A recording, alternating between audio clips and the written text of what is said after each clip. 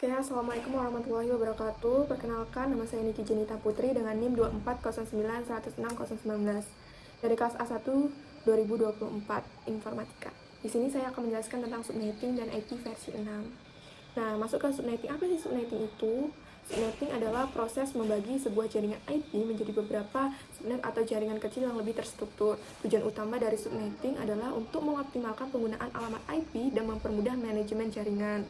Lanjut, IP versi 4 ditulis sebagai 4 kelompok angka desimal yang dipisahkan oleh tanda titik. Setiap kelompoknya terdiri 8 bits dengan range 0 sampai 255. Sehingga IP versi 4 terdiri dari 32 bits. Nilai X di sini bisa saja 0 atau 1, atau bisa disebut bilangan biner.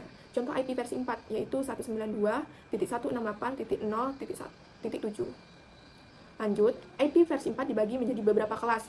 Yang pertama kelas A dimulai dari 0.0.0.0 sampai 127.255.255.255 dengan net mask 255.0.0.0. Kelas B dimulai dari 128.0.0.0 sampai 191.255.255.255 dengan net mask 255.255.0.0. Kelas C dimulai dari 192.0.0.0 sampai 223.255.255.255. Net masknya 255.255.255.0. Kelas D dimulai dari 224.0.0.0 sampai 239.255.255.255. Kelas E 240.0.0.0 sampai 255.255.255.255. Nah, masuk ke bagian net mask. Tadi kan kita bicara net mask.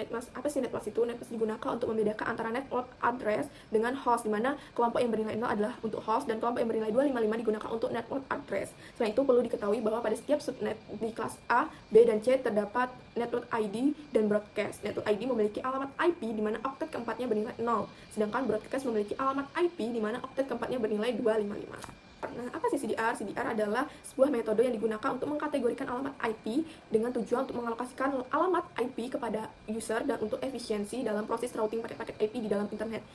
Nah, ini adalah tabel CDR-nya. Nah, bisa nanti ini akan kita gunakan dalam perhitungan FLSM dan VLSM ya. Jadi tabel ini bakal kita butuhkan.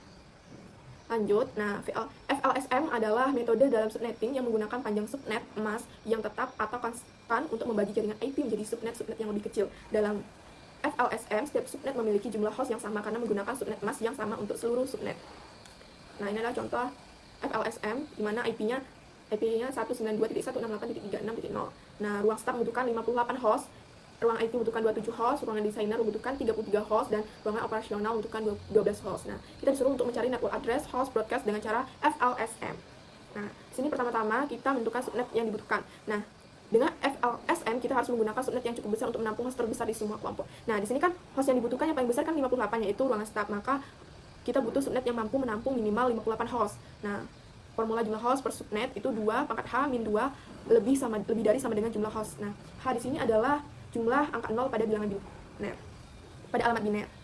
Nah, 2 pangkat berapa yang lebih besar sama dengan jumlah hostnya yaitu 58. Di sini kan 2 pangkat 6. 2 pangkat 6 itu kan 64 dikurangi 2 sama dengan 62. Nah, 2 di sini itu untuk nanti network sama broadcast. Nah, 62 ini cukup untuk 58 host, tapi harus dipakai untuk semua kelompok karena FLSM menggunakan ukuran subnet yang sama. Jadi kita gunakan /26 subnet mask 62 host per subnet.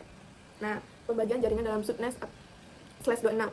Nah, subnet yang pertama itu ruang staf. Nah, network address-nya itu IP dasarnya ya, ini 192.168.36.0.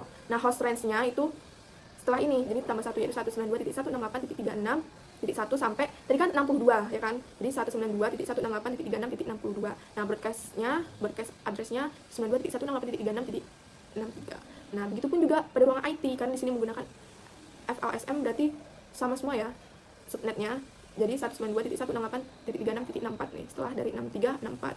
Nah, host range-nya setelah 64, 65 sampai ini ditambah 62 jadinya 126. Ya, sama aja. Semuanya menggunakan 62 ya.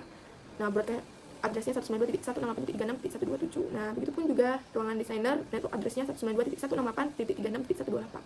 Host range-nya 192.168.36.129 sampai 192.168.36.190.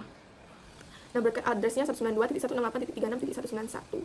Nah, ruang operasional 192, network address-nya 192.168.36.192, net host range-nya 192.168.36.93 sampai 192.168.36.254. Broadcast address-nya 192.168.36.255. Nah, kesimpulannya subnet emas yang digunakan untuk semua subnet adalah /26 255.255.255.192. Nah, setiap subnet memiliki 62 host yang tersedia. IP address dipecah secara rata meskipun beberapa subnet memiliki lebih banyak host daripada yang dibutuhkan. Misalkan karena di ruang IP cuma sebenarnya membutuhkan 27 host saja kan, tapi di sini tetap menggunakan 62 host yang tersedia. Nah, lanjut ke VLSM. Adalah jaringan yang sangat berguna untuk membagi jaringan IP dengan ukuran subnet yang berbeda-beda. Tadi kan kalau FLSM kan sama, nah kalau VLSM ini subnet yang berbeda-beda yang memungkinkan pengalokasian alamat IP lebih efisien dan fleksibel. Sangat berguna dalam jaringan yang memiliki kebutuhan jumlah host yang bervariasi dibanding dengan metode FLSM yang lebih sederhana namun kurang efisien. Lanjut contoh VLSM, sini IP-nya 192.168.10.0. Nah, LAN A membutuhkan 50 host, LAN B membutuhkan 250 host, LAN C membutuhkan 70 host. Cari subnet mask, network address, host, broadcast menggunakan metode VLSM. Nah, ini adalah penyelesaiannya. Langkah 1, tentukan jumlah host yang dibutuhkan. Nah, kita di sini mengurutkan dulu dari yang terbesar dulu, host terbesar yang dibutuhkan. Di sini kan 150 yang paling besar, habis itu 70, kemudian 50. Nah, LAN B membutuhkan 250 host. Nah, butuh minimal 2 ini ditambah 2 ya untuk network sama broadcast. Nah, ini sama aja kayak tadi formulanya, yaitu 2 pangkat N. Ini kan N, sama aja sebenarnya sama H. 2 pangkat N dikurang 2 lebih besar sama dengan jumlah host yang dibutuhkan. Jadi 2 pangkat berapa yang lebih besar sama dengan 252, yaitu 2 pangkat 8. 2 pangkat 8 ini kan 256 dikurang 2 sama dengan 254. Nah, LAN C membutuhkan 70 host. Nah, berarti 2 pangkat berapa yang menghasilkan 70 lebih besar dari 72 pangkat 7, yaitu 128 dikurang 2 sama dengan 126.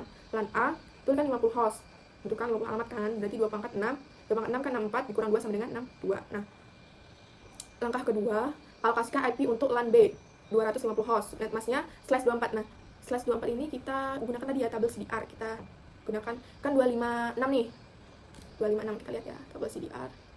Nah, 256, nah dia kan /24 kan, nah kita gunakan itu. Nah, dengan subnet masknya 255.255.255.0. Network addressnya 192.168.10.0.